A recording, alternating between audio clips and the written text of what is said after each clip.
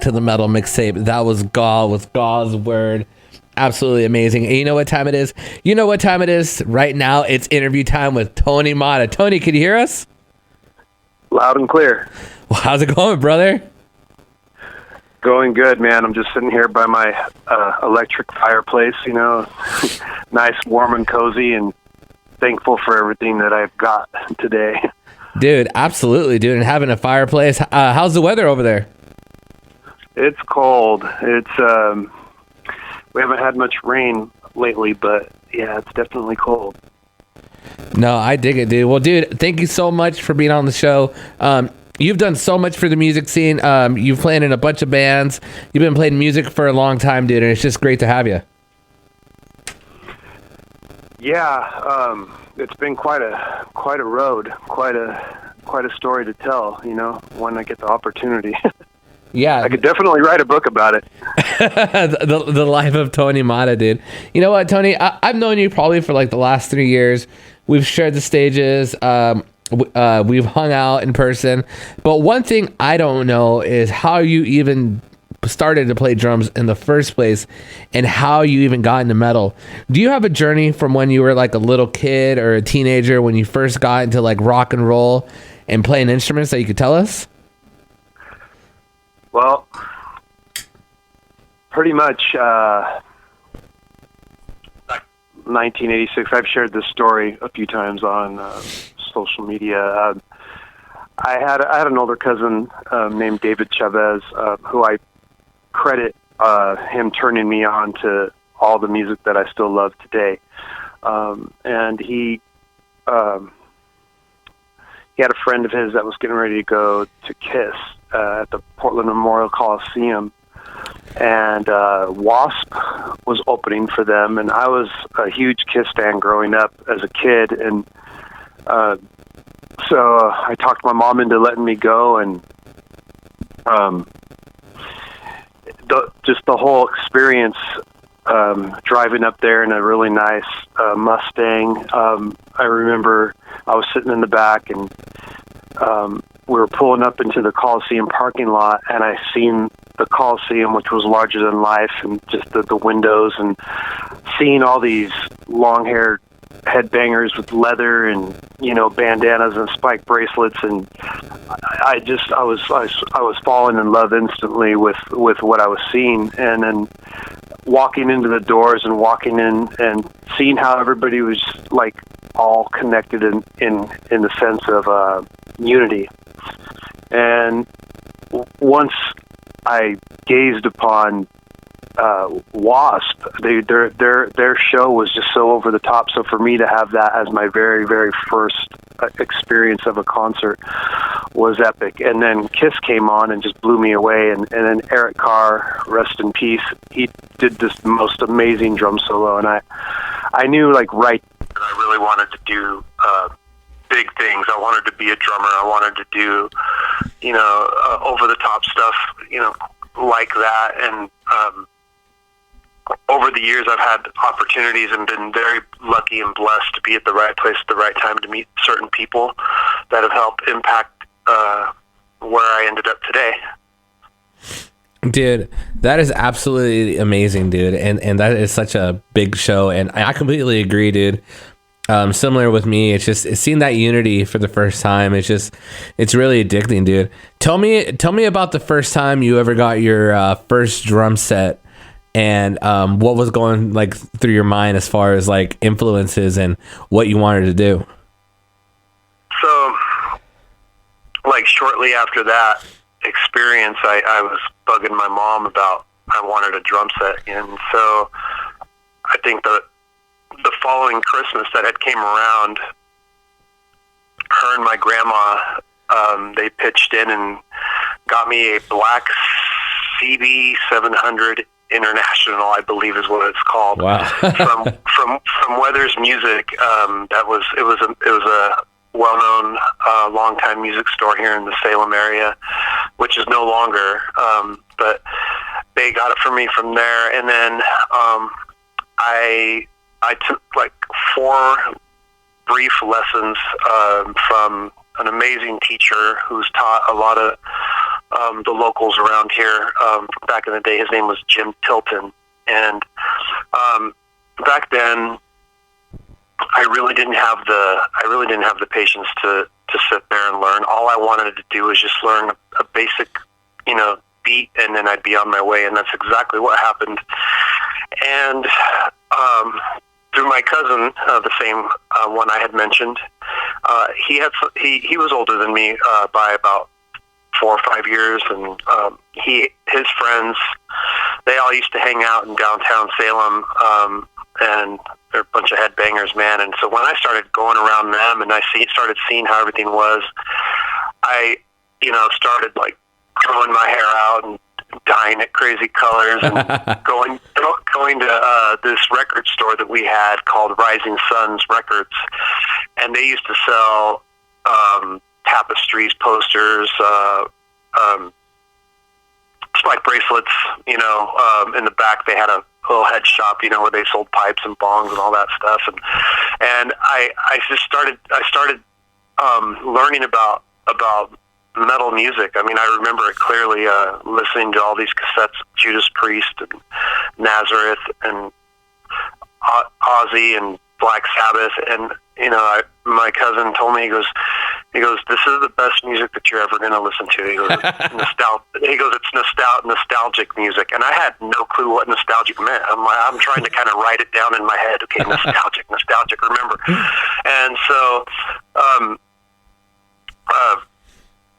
for me today to be able to do and play the songs that I grew up idolizing, and just play them with such fierceness, with the band that I created.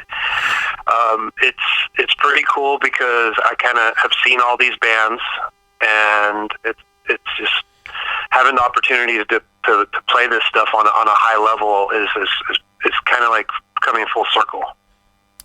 Dude, I totally dig it, dude.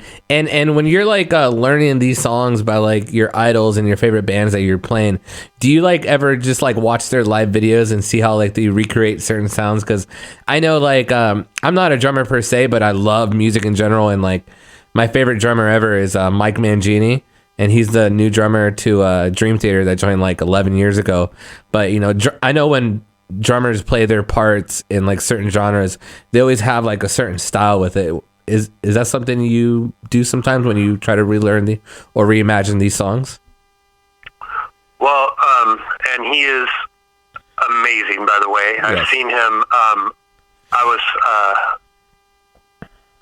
seen them here in our hometown in Salem, Oregon, at a venue called the Elsinore Theater. Yeah, and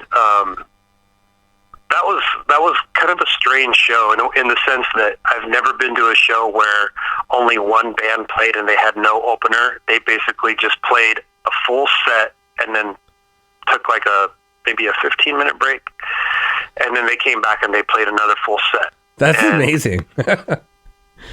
Yeah, and those guys are just so over the top good. They don't even give you an opportunity to like play catch up from the first song. You're just yeah. Those guys were really good, and no, he is really amazing. But for me,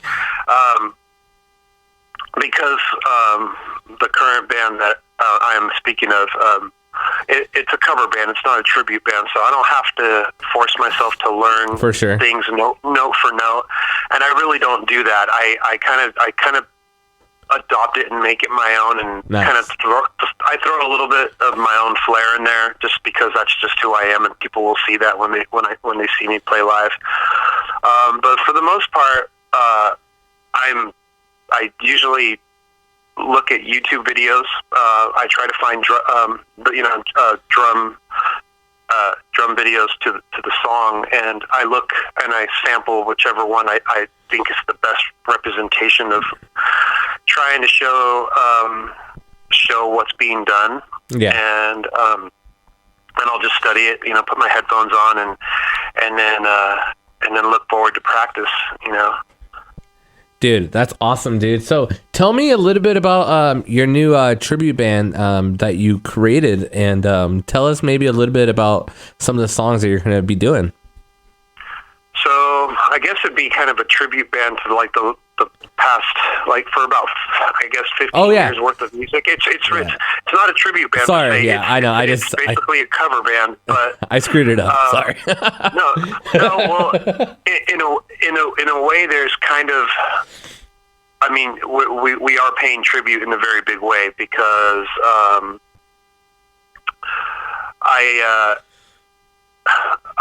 first I'd like to start off with our newest addition to the band. His name is Don Evans, and he is currently the lead vocalist for a Motley Crue tribute band, Wildside, and Unchained Van Halen tribute band out of Vancouver. And I've seen this guy in the Motley Crue tribute band in Wildside on two separate occasions, and I was blown away by this guy because I was like, it's hard to be Vince Neil. It's hard to sing like him, and it's hard to move like him, and it's hard to learn those moves. But this guy's done an amazing job, and he does. I've seen videos of him on on the Unchained, and you as a vocalist should know right then and there you're covering David Lee Roth and in his prime and Vince Neil in his prime, and those guys hit notes that only a badass could do. So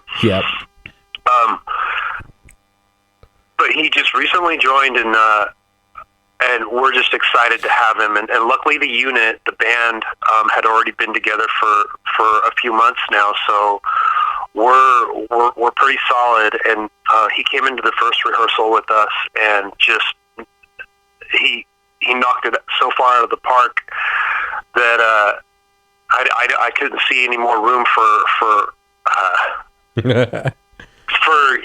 improvement. But he, on the first song, he knocked it out of the park, and we're like, wow, dude, this is going to be great. So we're actually doing a kind of a promo video on Saturday. It's going to be kind of iffy to see if we're going to be able to make it work or not. But we really want people to be able to see and hear what we sound like, and this is going to go on our webpage and on our Facebook page and all that stuff. So this is really just the tip of the iceberg, and we honestly feel that this whole mess that we're dealing with as a world now. Yep. I don't even like to say the name of it because just it isn't worth coming out of my mouth. I agree. This will all pass at some point, and the bands that are still continuing to practice, the bands that are still continuing to stay sharp, the bands that are still hungry and keeping that torch lit for everybody else, because the fire's burning left and right. It's burning out for a lot of people. A lot of people are just giving up. Yeah, they're not seeing the point. Like, why get together? Why practice? Why write? Why do this? Why that? Oh, I don't want to get together in a room full of, people that I can. It's like, I'm not like that, dude. I have not stopped. I've used this opportunity to kind of get both bands on track, and we've had some stumbles here and there. And as you know, as a band leader, as a band mate, musician, yeah, you have to deal with all kinds of things, dude. Woo. So, you still there? Yeah, I'm here. Oh no, I know. I was just saying, yeah, I know what you're talking about. Yeah, so don't give up, man. You want a job? Yeah, no, dude, it's it's absolutely insane, and I completely agree that being in this situation has tested a lot of people's patience, and I do, and honestly, I'm right there with you. I've seen bands, a ton of bands break up. People just focusing on other things in their life, and a lot of musicians, and I'll say including myself, the live show is it's like where it really I feel like really feeds the soul, like that human on human interaction, feeling each other's energies radiate off of each other, and being able to share that moment of unity, like you were speaking earlier at your first show. And it's tough, but I also think that it is a time to take advantage of working on things that you weren't, that good at, like just practicing and getting the sound solid, And I think a lot of the bands that are still going and still trucking and still recording, I have a feeling that when this all passes over, that a lot of bands are going to be really, really sharp live. Yeah, and so I'm glad that you kind of touched on that, because I would like to share something that I'm not ashamed of sharing, because it's I'm who I am, and there's going to be a reward after working hard at what I'm about ready to say. So I've never been a drummer that has really taken lessons from anybody. I don't know how to read music.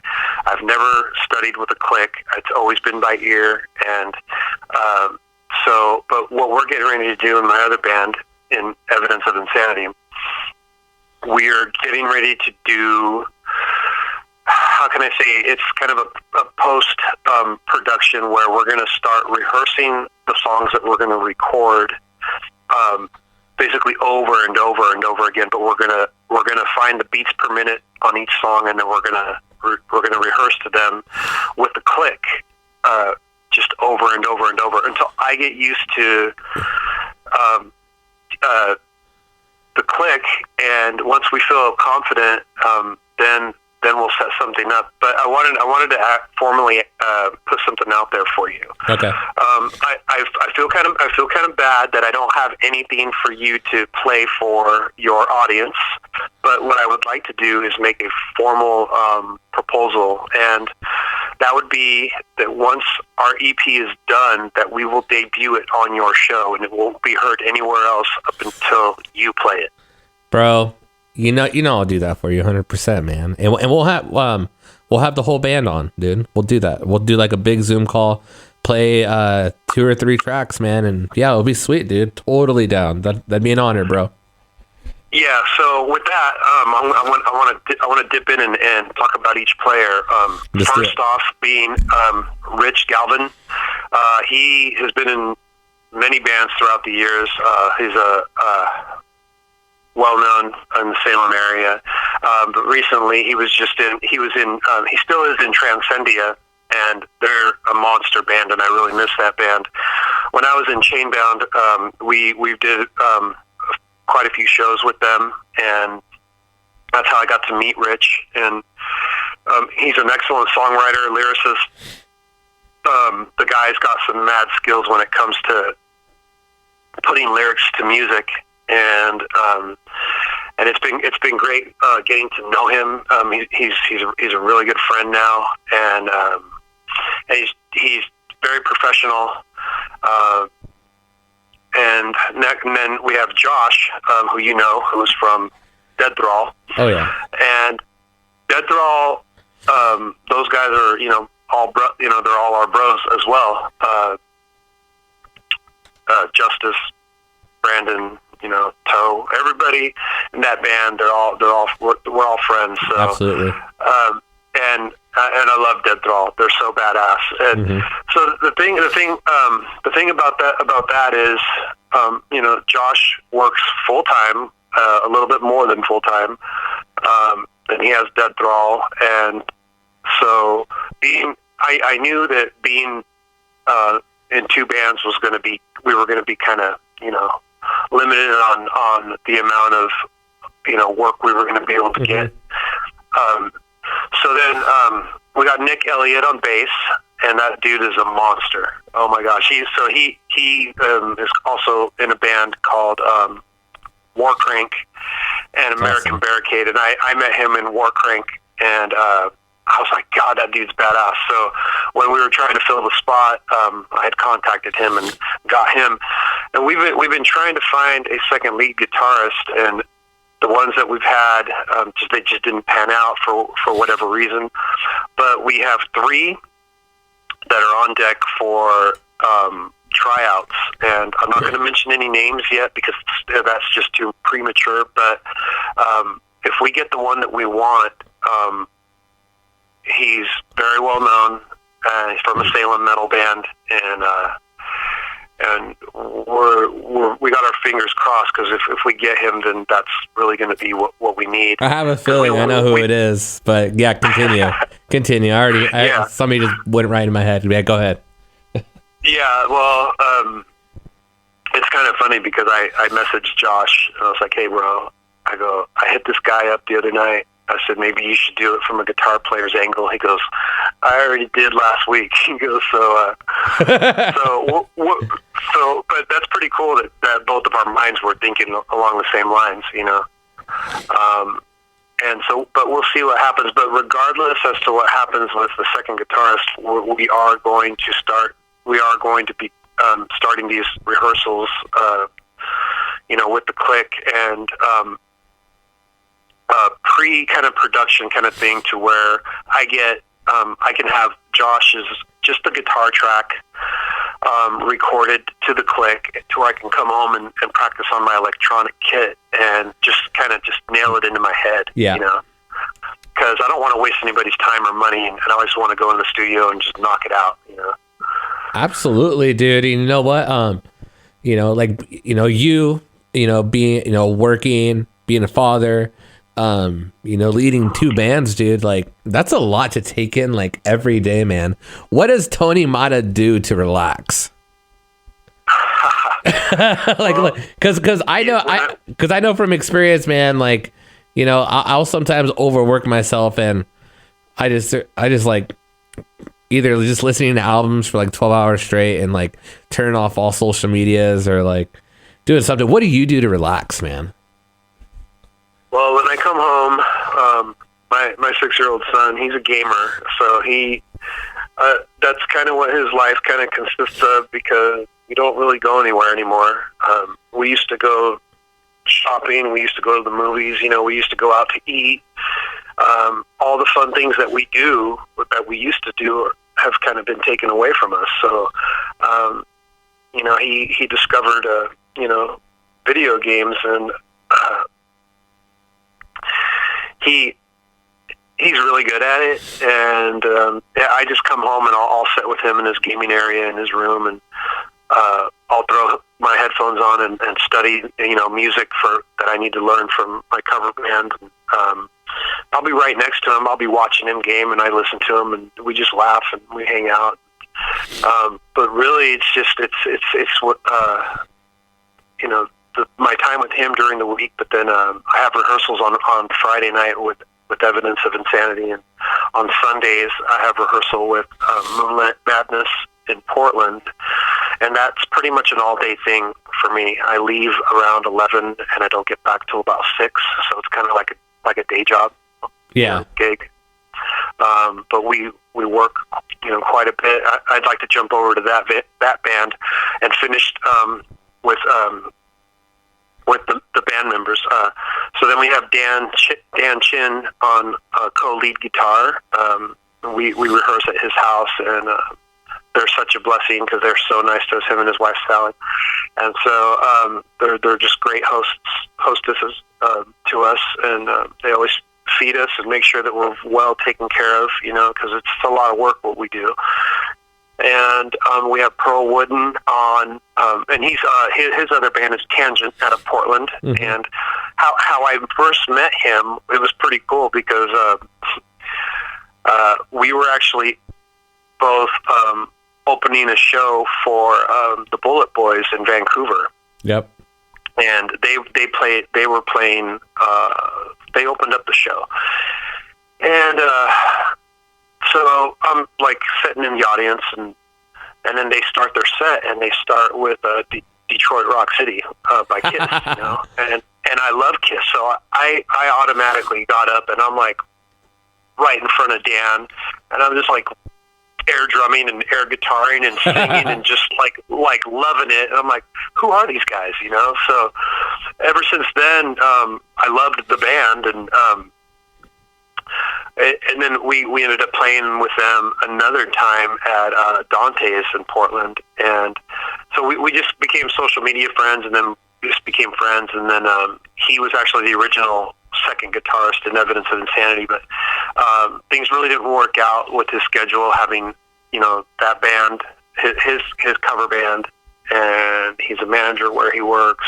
He's a family man, and the drive, you know, so it just wasn't working out. So we talked it over, and you know, I mean, he left on good terms. It just things just had to be like that. So, and then we have Pearl, and she is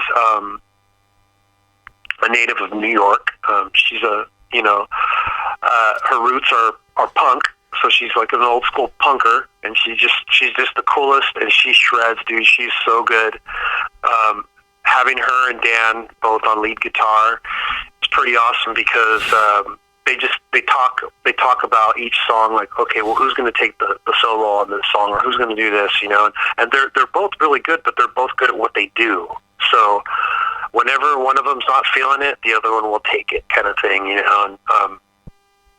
And it works out so awesome to have two lead guitarists. I mean, I've seen, you know, your guitar players in your bands, you know, in your band, and it's pretty awesome when you have two really, really good guitar players playing together. It's kind of hard to find sometimes, that chemistry. Yeah, you got, because I think a lot of times when you have another guitar player, especially somebody else who wants to shred, you know, you have to, you know, it's your team, you know, especially with the other guitar player, and you have to be able to take criticisms. You have to be okay with taking certain parts, and when you could just work through that, like, the chemistry just flows, you know. And I think that's really cool that both of your guitar players have like their certain styles and what they're really good at, because, you know, I think that's a easy recipe for just being able to complement each other. Yeah, and they're both really good, but that's the thing. They got totally different styles, but they make it work.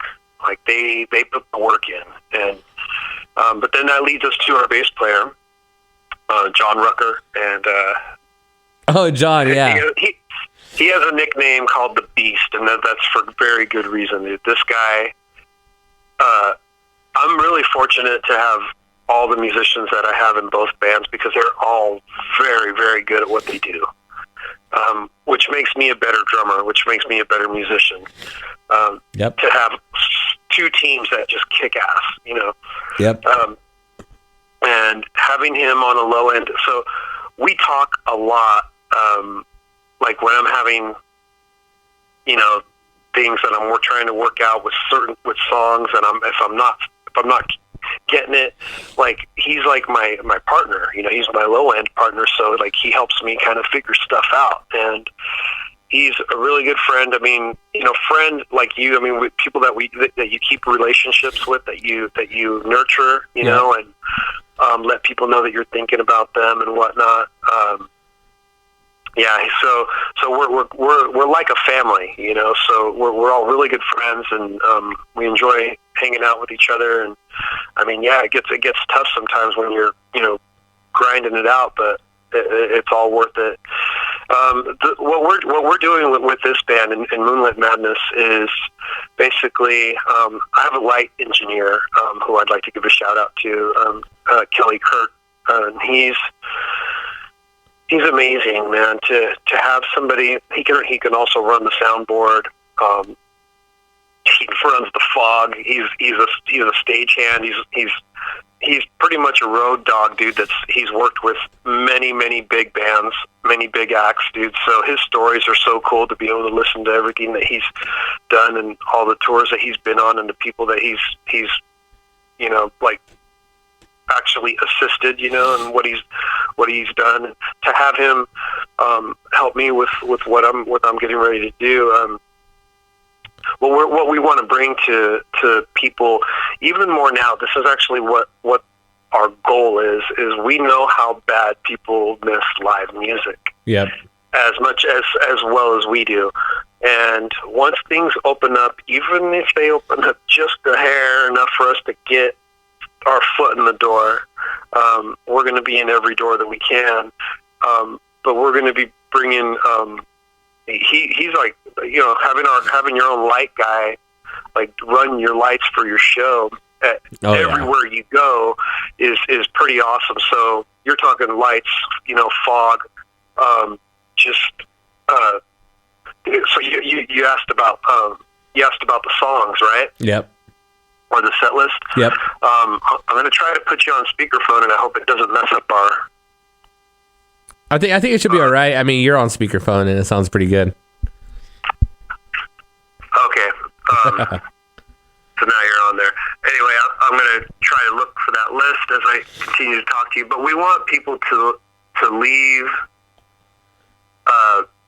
coming to watch us as if they just were at a real rock concert, not just a bar band, that plays on the weekends. We're really trying to recreate the atmosphere and the energy that all the bands that we're covering, put out in their prime. Yeah.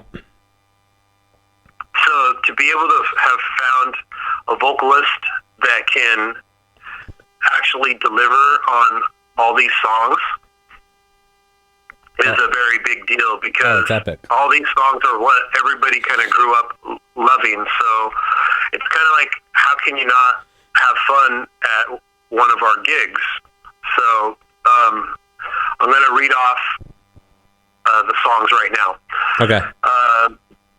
The Trooper, Paranoid, Breaking the Law, Holy Diver, Sin City, Looks That Kill, Enter Sandman, Lick It Up, Fool for Your Lovin', Rainbow in the Dark, Smoking in the Boys' Room, Rock and Roll, Green Manalishi, Sweet Child of Mine, Round and Round, Seek and Destroy, Big City Nights, Crazy Train, and Separate Ways.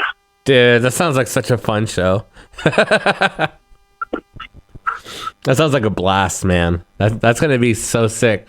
And also, I want to remind the listeners that we're talking to Tony Mata from Moonlit, Madness, and Evidence of Insanity. Dude, that's a crazy nice set, man. Yeah, but now think of all those vocalists. Those are all the vocalists that everybody kind of wants to be. Yeah. It's so hard to. So yeah, and then here's this guy Don Evans, right, coming into his first rehearsal with us, and he almost blew the freaking windows out of the house, man.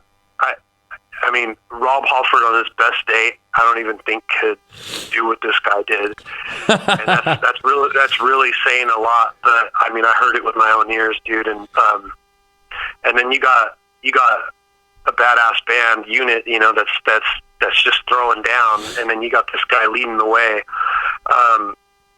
But we're not done yet. We're actually working with a female vocalist who's going to be... We want this band to have two co-lead singers. We want a male and a female, because we want to cover everything. We want to cover all the good stuff. So we are working with a female right now. She's also from the Portland area, and we won't release names yet because it's still in the early stages. But she's already had one rehearsal with us, and she's studying a lot of the material that she doesn't know. But she's no stranger to the music scene at all. She's very talented, and we're pretty excited. So we're hoping that this works. So Moonlit Madness will actually have a female vocalist. That's awesome. So there'll be another one, and so we will have another member in that band, and hopefully a second guitarist in Evidence of Insanity, which somebody asked me a while back. I can't remember his name. He goes, so how did the name kind of come about? And it was just I heard it on a news broadcast. I heard somebody actually talking about a crime that was. And it just the announcer, the news person was saying, there was Evidence of Insanity, when the crime was committed. And I was like, oh my God, I love that. So if you rewind my history back to a band, a thrash metal band called Tetramorphic that I was in years ago, I named one of our songs Evidence of Insanity. That's awesome. I actually wanted the name to be that with that band, but it didn't happen, and so it was kind of always on the back burner. And the cool thing about it is, in starting this, Rich Galvin, he really kind of seen kind of the image that I was trying to portray with this, and he kind of already had kind of like an alter ego person that he kind of likes to let surface when he performs. And it just so happened that it was so coincidental that it worked with what we were doing. That's awesome. So when you watch him perform with us, you're kind of watching somebody that, like, did that guy really just escape from the mental institution? Because he looks like he's kind of nuts. So it just works out, you know, and we're just having a lot of fun with it. And the writing in this band, it's not that it hasn't been that the chemistry's not there. It's just been kind of slow. You know, the situation that we're all facing, you know, we couldn't rehearse for a few months because the guy wouldn't let us in there to rehearse. So now that things are going back, sort of, it's kind of a slow process for us. You know, we have like 4 covers that we were doing in our set, but the first and only show, well, the first show we played in Portland, we had feedback from people, and you know, they're like, God, your guys' originals are good, you know. It's like, you know, too bad you have to, you know, play so many covers, but it's like we wanted to play out, so we kind of needed to play covers. Yeah, and absolutely. We're just having fun with it, but they're eventually gonna, you know, leave the set list, and, you know, once we have enough material. Hence, that's why we need a second guitarist to help with the writing process. And that's what I meant. Do you want a job? I'll fly you in from over there just for rehearsals. Yeah, hell yeah. No, I dig it, dude. I dig it, dude. Well, dude. No. Hey, man, you know what? Check it out, dude. Your guitar playing has gotten so much better. I've watched your videos, dude, and I'm like, man, like, dude, you really, your ethic, it speaks volumes, man. And I hope a lot of people, you know, continue to follow you for all the right reasons, man, because you continue to push and, you know, help others out, and it's just great, man. So, I got a message right before you called me from Loretta Pierce out in Willamina, and she said to tell you hi. She loves you, and hi, Loretta. Can't wait till you come back. Dude, you made quite an impact when you came to Portland. Yeah, my bass player, actually, Rucker. He was so impressed with your performance, dude, and he still talks about it all the time. I have to tell him to shut up, you know. I remember we played that Washington show first, and like it was kind of all right. We kind of like screwed it up a little bit. The sound was kind of off. And then it's like, I remember we played that Portland show, and you're just like, why didn't you do that yesterday? Today was great. I was like, I don't know. Sometimes we suck. Well, you know what? I really enjoyed having you guys stay here at my house, and that's going to always be an open invitation, dude. Whenever your band is in town, dude, just likewise, just hit me up, man. And yeah, dude. And then having our brothers from Warpath come and stay also, dude. It's just such an honor, dude. You know, for me to have my friends and people that I absolutely respect and look up to, because, dude, you guys like totally make me want to do this. You know, hell yeah, man. Brotherhood. Man. I did have a show planned, and the situation that we all face was made it to where it wasn't possible. But hopefully, when things do open up again, it was going to be Evidence of Insanity first, Kingdom Under Fire second, and Warpath was going to headline at Shamala Indian School. Oh yeah, that sounds amazing. And it was going to be such a monster show, and I still have everybody on board to do it. We just need to be able to do it. So, no. But with that said, when things do open up, man, let's do this even bigger and better, man, and we'll, dude, you book shows, you create shows, I do it, and it's not dead, man. It's just we're just going through this for a little while, and things will pick back up again. Absolutely, man. I agree. Well, hey, man, I appreciate you being on my show so much. We're running out of time a little bit, but we're going to go into the second part of the interview where I'm going to ask you 3 to 4 fun questions, and you have only like a minute to answer them. Tony Mata, are you ready? Let's do it. All right. If you can play for any band in any era for one set, what band would that be? Kiss in the 70s. I like it. If you could have your own theme music when you walk into any room, what would that be? Oh gosh, anything Motorhead. Is there a band or artist that a lot of people wouldn't expect that you listen to that you kind of like keep it to yourself? Bruno Mars. Hey, Bruno Mars is awesome, dude. He's a great singer. He's an awesome musician, man. He's, I think, honestly, I think when Prince died, he kind of took that torch because they're both pretty badass. Absolutely, dude. Absolutely. What band do you think is underrated?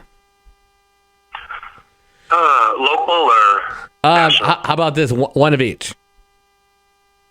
One of each? Yep. Well, how about this? Let me see here. I know there's so many bands, so if you want to pick national, you can. Well, there's a band out of the down south area called Fortune's Folly. Oh, yeah, dude. Yeah, Cheyenne, right? Callista? Oh, Clarissa. Yeah. Sorry, yeah. Callista, I believe is. Yeah, I hope I'm pronouncing it correctly.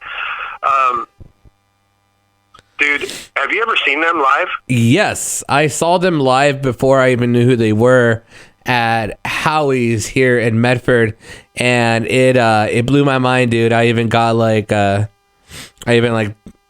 forgot. I think I got some stickers and stuff in a CD. But yeah, no. I have stickers, shirts, CDs. So that band, they need to be touring the world. Dude, they are so good. And I mean, if I was going to give any band a shout out that deserves the notoriety, and the spotlight, it's them. Dude, you know what? I'm with you, man. I think Fortune Folly absolutely destroys it, and everybody in the band is so good. Oh yeah, dude. They're really good at all their instruments. They're amazing. Absolutely, dude. Well, hey, brother, thank you so much for being on the show. Do me one last favor before I let you go. Yes. Say, this is Tony Mata from Moonlit Madness and Evidence of Insanity, and you're listening to the Metal Mixtape.